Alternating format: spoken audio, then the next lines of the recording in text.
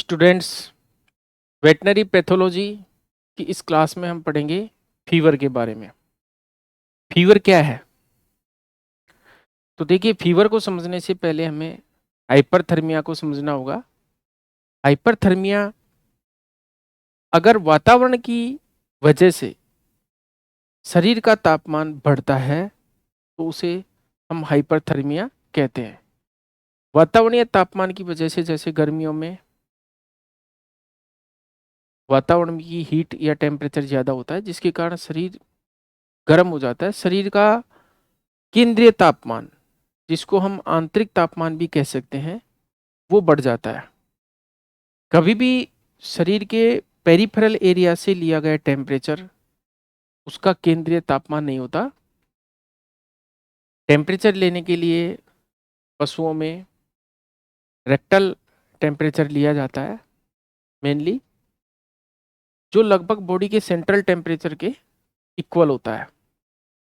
तो फीवर जो वर्ड है वो फेब्रिस से बना है। फीवर जो वर्ड है वो बना है फेब्रिस से, और ये एक लैटिन शब्द है। लैटिन शब्द है। इसीलिए जो फीवर वाली समस्या होती है या फीवर वाली कंडीशन होती है उसको फेब्राइल कंडीशन भी बोलते हैं।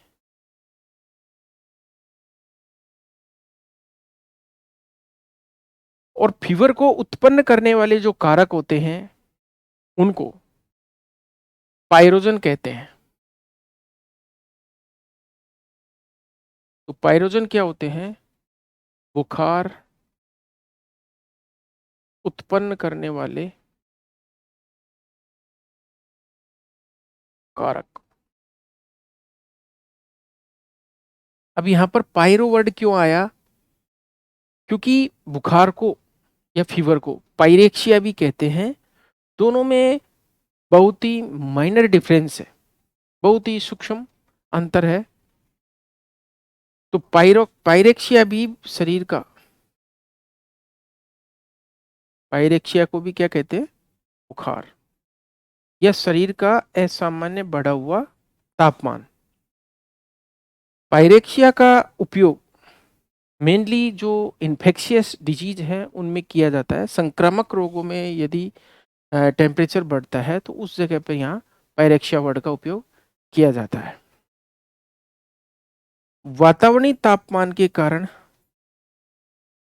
वातावरणीय या बाह्य तापमान के कारण शरीर का तापमान बढ़ना क्या कहलाता है? हाइपरथर्मिया कहलाता है।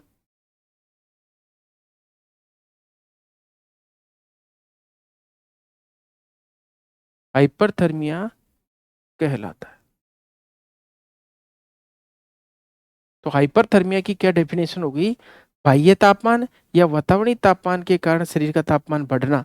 जैसे गर्मियों में पशु पेंटिंग करता है, गर्मी के कारण हांफता है, तो वो कंडीशन जो होती है वो हाइपरथर्मिया की होती है। सूरज की धूप से या तापमान, बाह्य तापमान से शरीर का तापमान बढ़ गया, क्योंकि यहाँ पर भी जो ताप नियंत्रण केंद्र है शरीर का, जिसे हम कहते हैं हाइपोथैलेमस, वो डिस्टर्ब हो जाता है।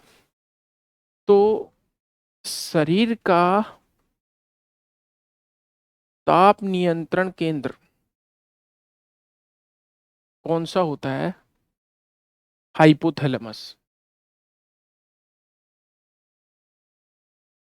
थैलेमस जो एरिया होता है ब्रेन का, उसका नीचे वाला पोर्शन होता है हाइपोथैलेमस। और ये शरीर का क्या करता है? टेम्परेचर रेगुलेटिंग सेंटर होता है। वैसे तो तापमान, भूख, प्यास, प्यार, मोह, स्नेह, घृणा, सबका केंद्र, भावनात्मक क्रियाओं का केंद्र यही होता है हाइपोथैलेमस। लेकिन हम यहाँ पर टेम्परेचर की बात करें तो टेम्परेचर के रेगुलेशन का सेंटर होता है। अब हमने ये पढ़ा कि जो कारक बुखार उत्पन्न करते हैं उनको हम पायरोजन कहते हैं। तो पायरोजन आखिर करते क्या है? तो पायरोजन क्या करते हैं? पायरोजन शरीर में PGE2 यानी प्रोस्टाग्लैंडिन E2 का संश्लेषण करते हैं और ये PGE2 हाइपोथैलेमस पर कार्य करता है और हाइपोथैलेमस को क्या कर देता है, डिस्टर्ब, जिससे शरीर का तापमान बढ़ जाता है। इसकी जो क्रियाविधि होती है हाइपोथैलेमस की, थर्मल रेगुलेशन या ताप नियमन की जो रेगुलेशन होती है वो इस PGE2 के कारण डिस्टर्ब हो जाती है। PGE2 का जो कारक है वो है पायरोजन। अब पायरोजन देखिए बहुत सारे हो सकते हैं, वायरस भी हो सकता है, बैक्टीरिया भी हो सकता है, कोई रासायनिक पदार्थ इनके द्वारा स्रावित जैसे एंडोटॉक्सिन, एक्सोटॉक्सिन, कुछ भी हो सकता है पायरोजन। तो कुल मिलाकर के हम यहाँ फीवर की परिभाषा लिख लेते हैं, शरीर के केंद्रीय तापमान का असामान्य रूप से बढ़ना क्या कहलाता है, फीवर कहलाता है। शरीर के केंद्रीय तापमान का असामान्य रूप से बढ़ना। Abnormal elevation of central temperature, body के सेंट्रल टेम्परेचर का मतलब है बॉडी का आंतरिक तापमान, और उसका असामान्य रूप से बढ़ना क्या कहलाता है। और तापमान का जो केंद्र है हाइपोथैलेमस, इसके डिस्टर्ब होने के कारण ये सब होता है। और जो बुखार को उत्पन्न करने वाले जो कारक है या बुखार को प्रेरित करने वाले कारक है उनको पायरोजन कहते हैं। पायरोजन PGE2 जो है अल्फा, इसको सीक्रेट करते हैं और PGE2 अल्फा के कारण क्या है, हाइपोथैलेमस की जो हीट जनरेशन की पावर है वो बढ़ जाती है, या हीट जनरेशन को, टेम्परेचर को उत्पन्न करने लग जाता है शरीर के अंदर। उसका रीजन है जो पेरिफेरल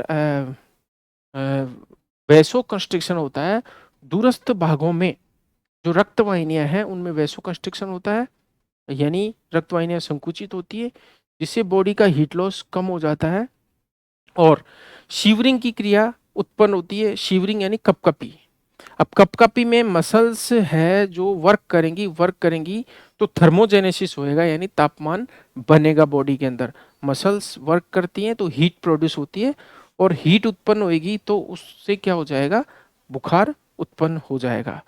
तो थर्मोजेनेसिस कैसे होती है शरीर में, मसल्स है उनमें क्या होता है, संकुचन, और किस रूप में होता है, शिवरिंग, कपकपी के रूप में। शिवरिंग यानी कंपकपी के रूप में। और कंपकपी के कारण हीट उत्पन्न होती है और हीट के कारण क्या होता है, बॉडी का टेम्परेचर बढ़ जाता है। शरीर की हीट लॉस की जो मैकेनिज्म है वो घटने के कारण शरीर का तापमान बढ़ जाता है। अब शरीर का तापमान बहुत ज्यादा बढ़ जाता है तो उसके लिए क्या टर्म दी जाती है, उसके लिए दी जाती है हाइपर पायरेक्सिया। हाइपर पायरेक्सिया मतलब 107 108 से भी ऊपर टेम्परेचर हो जाए बॉडी का, अति उच्च बुखार कह सकते हैं इसको, अति उच्च बुखार। यानी जब शरीर का तापमान बुखार के कारण बहुत ज्यादा बढ़ जाता है तो उससे क्या नुकसान होता है, जो नर्वस टिश्यू है वो टेम्परेचर से कोगुलेट होने लग जाते हैं, वो उनकी फंक्शनिंग रुक जाती है। इसलिए तो बुखार जब ज्यादा होता है तो ब्रेन वाले एरिया को ठंडा रखा जाता है, कूल रखा जाता है, क्योंकि इसको बोलते हैं हम बुखार सिर में चढ़ना। और ब्रेन की फंक्शनिंग डिस्टर्ब हुई और पूरी बॉडी डिस्टर्ब हो जाती है, पागल जैसा लगने लग जाता है, जिसको कहते हैं बुखार सिर में चढ़ गया। तो टेम्परेचर बढ़ने के कारण जो नर्वस टिश्यू बहुत नाजुक होता है उस पर इफेक्ट होता है और वो ज्यादातर हाइपर पायरेक्सिया की कंडीशन में होता है। अब बुखार को रोकने के लिए कौन सी दवाइयां दी जाती है, या शरीर का बढ़ा हुआ, असामान्य रूप से बढ़ा हुआ तापमान है उसको सामान्य करने के लिए क्या दिया जाता है, तो वे कारक या वे औषधियां जिनको इस काम के लिए दिया जाता है उनको कहते हैं antipyretics. Antipyretics.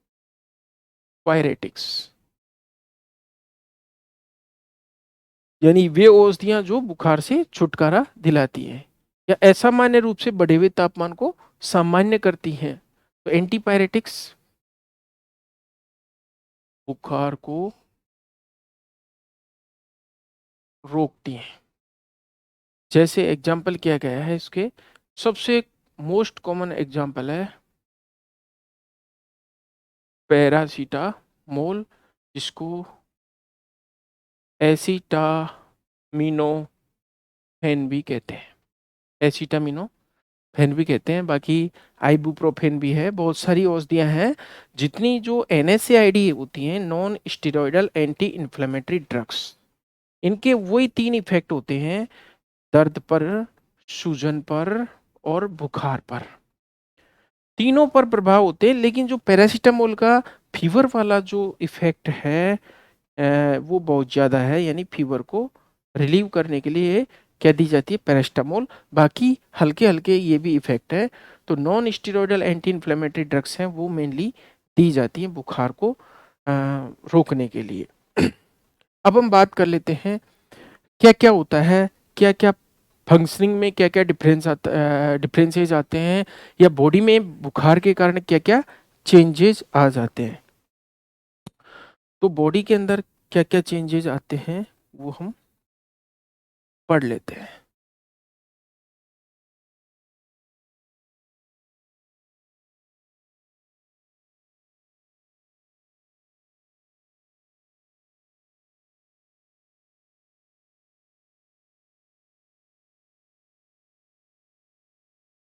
Changes in body due to fever, fever के कारण क्या क्या चेंजेस आते हैं।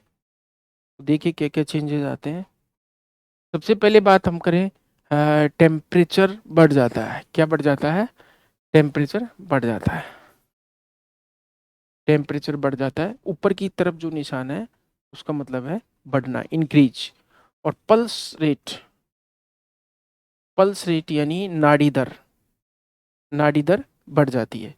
पल्स रेट बढ़ जाएगी यानी नाड़ी तेज तेज काम करेगी, नब्ज तेज तेज काम करेगी। तो साथ ही साथ में क्या हो जाएगा, रेस्पिरेटरी रेट या श्वसन दर वो है, वो भी बढ़ जाएगी। सांस तेज तेज आती है। और साथ ही साथ जो ब्लड का सर्कुलेशन है वो भी बढ़ जाता है।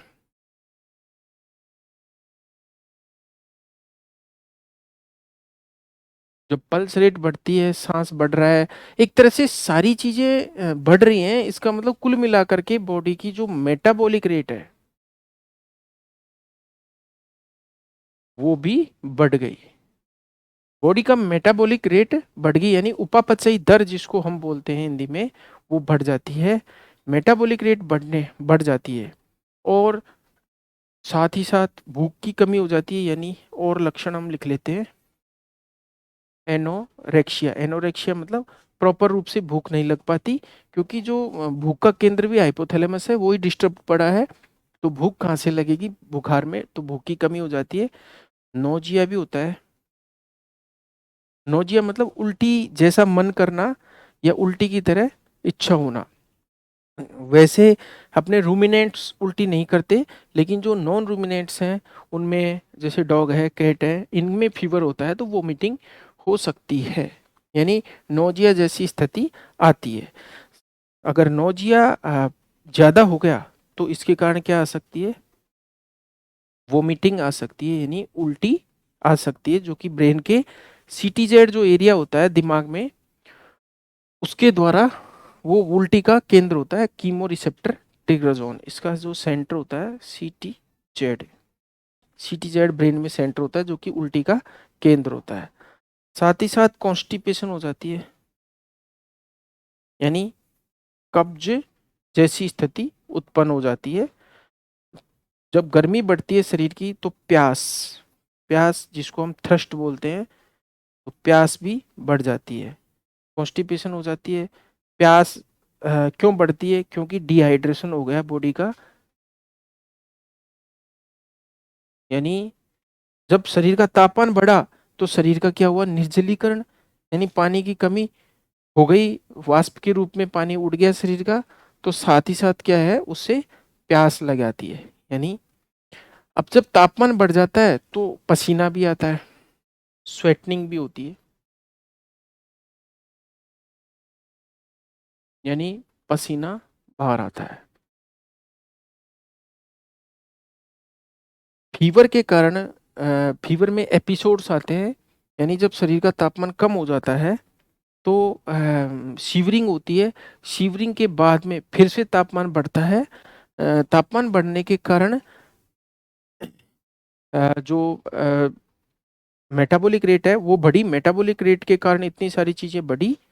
और अब कुछ जो ऐसी चीजें हैं जो सेल्यूलर लेवल पर होती हैं उनमें चेंजेस देख लेते हैं। तो जो फेगोसाइटोसिस की क्रिया है, फेगोसाइटोसिस मतलब कोशिका भक्षण का कार्य करती है डब्ल्यूबीसी।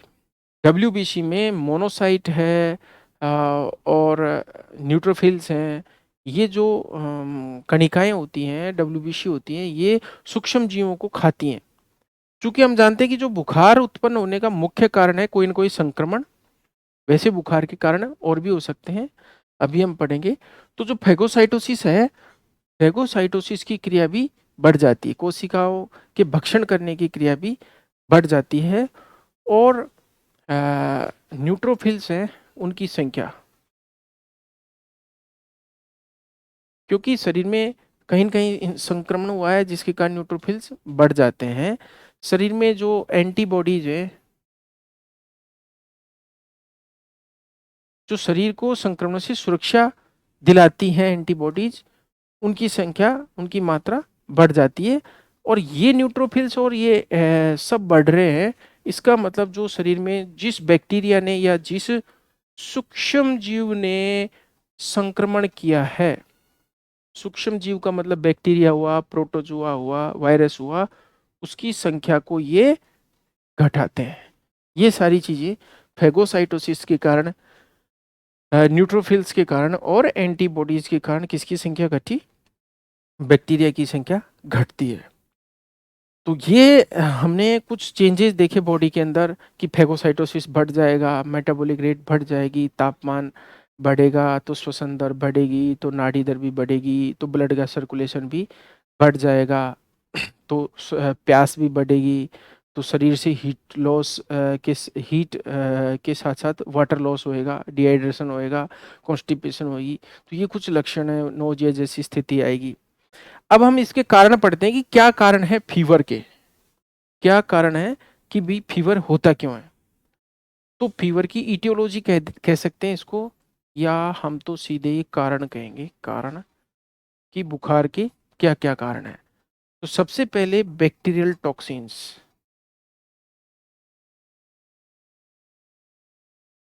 और बैक्टीरियल टॉक्सिन्स यानी जीवाणुओं के द्वारा निकाले गए विषैले पदार्थ। तो जीवाणु दो प्रकार के होते हैं, एक तो ग्राम नेगेटिव और एक ग्राम पॉजिटिव। ग्राम नेगेटिव जो बैक्टीरिया जो विषैले पदार्थ निकालते हैं उनको हम कहते हैं एंडोटॉक्सिन्स। और ये एंडोटॉक्सिन्स होते हैं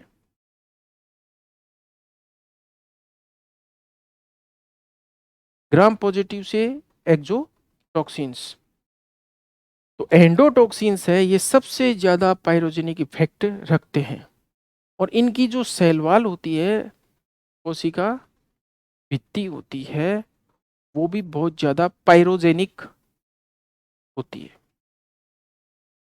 पायरोजेनिक प्रवृत्ति की होती है। जो एलपीएस होता है इसके अंदर लाइपोपॉलीसेकेराइड होता है, वो क्या करता है? फीवर को उत्पन्न करने के लिए प्रेरित करता है। तो सबसे ज़्यादा जो ग्राम नेगेटिव बैक्टीरिया का इन्फेक्शन होता है उसमें फीवर ज़्यादा आता है। ग्राम पॉजिटिव में इतना ज़्यादा फीवर नहीं आता। ग्राम पॉजिटिव का आपको एग्जांपल बताऊं, जैसे जो क्लोस्ट्रीडियम बोटुलिनिकम है, जैसे भोजन विषाक्तता होती है, फूड पॉइजनिंग होती है, उसमें बुखार नहीं आता, उसके एक्सोटॉक्सिन्स के कारण भी फीवर नहीं आता। कई सारी बीमारियां हैं ग्राम पॉजिटिव की जिनमें फीवर नहीं आता, क्योंकि ग्राम पॉजिटिव में ज़्यादातर क्लोस्ट्रीडियम श्रेणी के बैक्टीरिया है। और फीवर अगर आता भी है तो उसका रीज़न दूसरा होता है। जैसे उसमें ग्राम पॉजिटिव बैक्टीरिया नहीं हुआ, जैसे क्लोस्ट्रिडियम परफ्रिंजेंस ने बीक्यू रोग पैदा किया। अब बीक्यू रोग में जो मसल्स का डिजेनरेशन हुआ है, वहाँ पर पेन हुआ है, मसल्स में सूजन हुई है, मायोसाइटिस हुआ है, साथ में गैस गैंग्रीन होती है हुई है, उनके कारण फीवर आया है, न कि बैक्टीरिया के कारण। तो ग्राम पॉजिटिव ज़्यादा पायरोजेनिक प्रवृत्ति के होती हैं, और इनकी भी सेल वाल ज़्यादा नुकसान करती है। ग्राम नेगेटिव है, ये फीवर कम करते हैं। या सीधी सी बात लिख लेते हैं, ये फीवर कम पैदा करते हैं। और यहाँ पर लिख लेते हैं फीवर अधिक पैदा करते हैं। अब बैक्टीरिया के बाद हम बात करें वायरस की, तो वायरस भी पायरोजेनिक प्रवृत्ति के होते हैं। बहुत सारे वायरस है, जैसे हम एग्जांपल देखें, एफएमडी है, एफएमडी भी पायरेक्सिया करता है। एफएमडी का जो पिकोरना वायरस है, उसके कारण भी बुखार आता है। बहुत सारे है, अड़िया बुखार है, फेमरल फीवर है, रेब्डो वायरस से होता है। तो वायरसेज तो फीवर करते हैं। इसके बाद प्रोटोजोआ, ये भी पायरोजेनिक होते हैं। प्रोटोजोआ में बहुत सारे प्रोटोजोआ, जैसे ट्रिप्नोसोमा है, बेबेशिया है। ये जानवरों में करते हैं बेबेशियोसिस। मानव के अंदर बात करें हम, तो जो मलेरिया का प्रोटोजोआ पैरासाइट होता है, प्लाज्मोडियम, वो भी क्या करता है, फीवर करता है। तो प्रोटोजोआ के बाद हम बात करें रिकेट्सिया की। ये रिकेट्सिया भी एक बैक्टीरिया का ग्रुप होता है। क्लेमाइडिया है, क्लेमाइडिया है, फंगाई का या फंगस इन्फेक्शन है। फंगस भी पायरोजेनिक हो सकती है, यानी सूक्ष्म जीवों के अलावा जो फंजाई है, जो कि एक तरह का प्लांट होता है, ये भी क्या कर सकता है, फीवर पैदा कर सकता है। तो ये तो क्या है, जैविक हो गए, यानी बायोलॉजिकल हो गए। इसके अलावा अगर हमें या जानवर को किसी चीज से बहुत ज्यादा संवेदनशीलता है, हाइपर सेंसिटिविटी है, तो वो भी फीवर का एक रीजन बनती है। अति संवेदनशीलता या हाइपर सेंसिटिविटी, तो ये भी क्या हो सकती है, बुखार का कारण हो सकती है। अगर मान लीजिए कोई चोट लगी है, ट्रॉमा हुआ है, मैकेनिकल इंजरी हुई है, कहीं जोर से मारा किसी को, लाठियों से पीटा, तो उसमें ट्रॉमा हुआ, उसके कारण भी फीवर हो सकता है। तो या फिर कहीं एक्सीडेंट हुआ, मैकेनिकल इंजरी, तो मैकेनिकल इंजरी के कारण भी फीवर हो सकता है। वेस्कुलर डिसऑर्डर्स,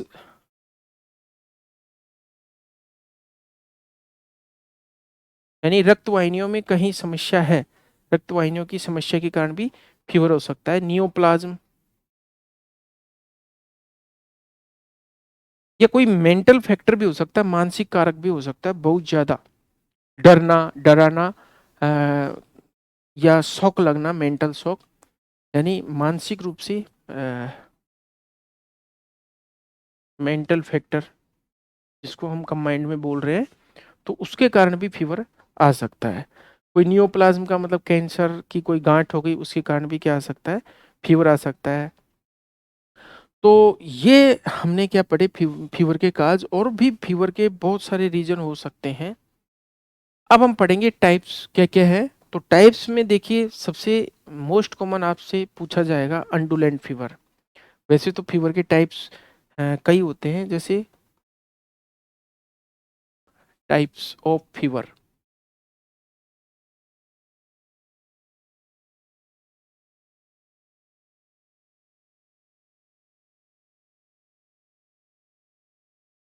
तो देखिए कौन कौन सी टाइप्स ऑफ फीवर के टाइप्स कौन कौन से हैं। सबसे पहले बात करते हैं अपन सिंपल फीवर।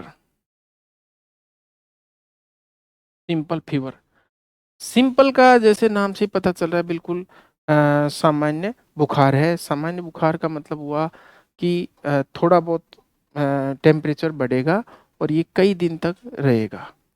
यानी जैसे 1 डिग्री से लेकर के 2 डिग्री तापमान जो है बढ़ता है, एलिवेटेड होता है बॉडी का, और ये कई दिन तक रह सकता है। और इसका एग्जाम्पल है जैसे अड़ैया बुखार होता है, एफेमरल फीवर या अड़ैया बुखार।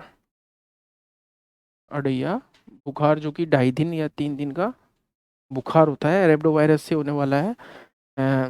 पशुओं का डेंगू भी बोलते हैं इसको। तो ये किसकी कैटेगरी में आता है? ये सिंपल फीवर की कैटेगरी में आता है।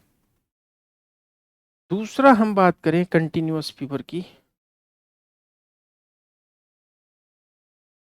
कंटिन्यूअस फीवर, कंटिन्यूअस मतलब जो लगातार होता हो। इसका मतलब है कि ये लॉन्ग लॉन्ग टाइम तक चलेगा, जैसा कि नाम से पता चल, कंटिन्यू चलेगा। और इसका एग्जाम्पल है जैसे टिक फीवर है। टिक फीवर या जिसको बेबेशियोसिस बोलते हैं हम, पायरोप्लाज्मोसिस बोलते हैं, बेबेशिया प्रोटोजोआ के कारण होता है।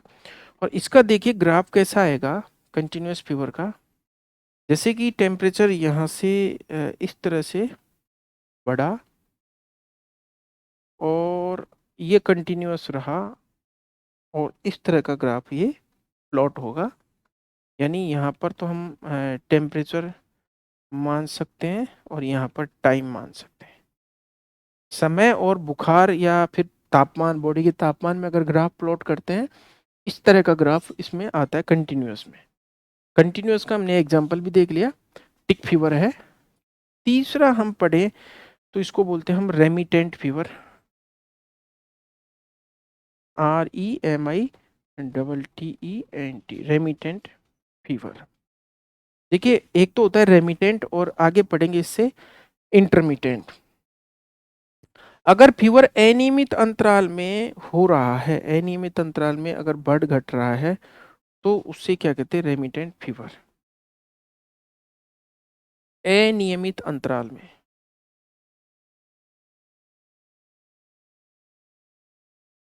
अनियमित अंतराल में अगर बुखार होता है तो उसको क्या बोलते हैं? Remittent fever. यानी टेम्परेचर बढ़ेगा और घटेगा और कम समय के लिए ये चेंजेस आएंगे, जिसको बोलते हैं रेमिनेंट।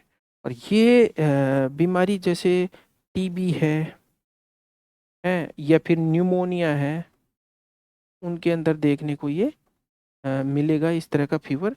अगर हम ग्राफ की बात करें तो यहाँ इसका हम ग्राफ प्लॉट करते हैं टेम्परेचर के साथ में इस फीवर का। तो देखिए इस तरह से ये फीवर होता है। टेम्परेचर बढ़ा, फिर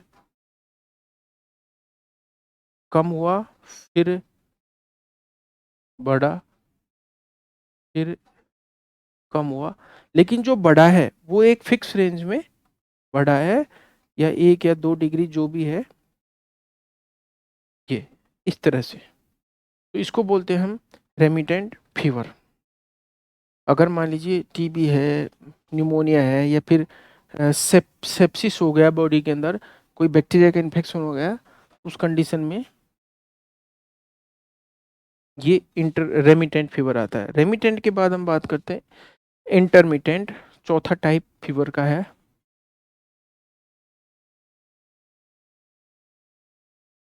इंटरमिटेंट, इंटरमिटेंट यहाँ पर जो रेमिटेंट के अंदर अनियमित अंतराल में हो रहा था, यहाँ पर नियमित अंतराल में बुखार आएगा। अनियमित की जगह यहाँ पर रेगुलर हो गया, नियमित अंतराल में। यानी जो बुखार आने का जो टाइम है वो नियमित रूप से बदलेगा, या नियमित रूप से चढ़ेगा। जैसे फीवर इस तरह से चढ़ेगा यहाँ, यानी बढ़ा टेम्परेचर, अचानक से नहीं बढ़ रहा, फिर इस तरह से हुआ कम टेम्परेचर, फिर बढ़ा, फिर कम हुआ, फिर इस तरह से। यानी अचानक से वो ग्राफ नहीं आ रहा है, इसको बोलते हैं इंटरमिटेंट। उतरता है चढ़ता है नियमित अंतराल में। जैसे मलेरिया है या फिर सर्रा जो रोग होता है, उसमें नियमित अंतराल में टेम्परेचर बढ़ता है और टेम्परेचर घटता है कंटिन्यूअस में। तो इसको बोलते हैं हम इंटरमिटेंट फीवर। और जो एग्जाम में क्वेश्चन आएगा वो अंडुलेंट फीवर का आएगा, क्योंकि ये जो बाकी के फीवर है वो ज़्यादातर मेडिकल साइंस से रिलेटेड है। अपने वेटनरी साइंस में जो इम्पोर्टेंट हो जाता है वो अंडुलेंट फीवर है। इसको हम माल्टा बुखार, ब्रुसेलोसिस, इस तरह के नाम भी देते हैं। और ये एक बहुत ही विशेष प्रकार का फीवर है, यानी इसमें टेक्निकल प्रॉब्लम। थैंक्स।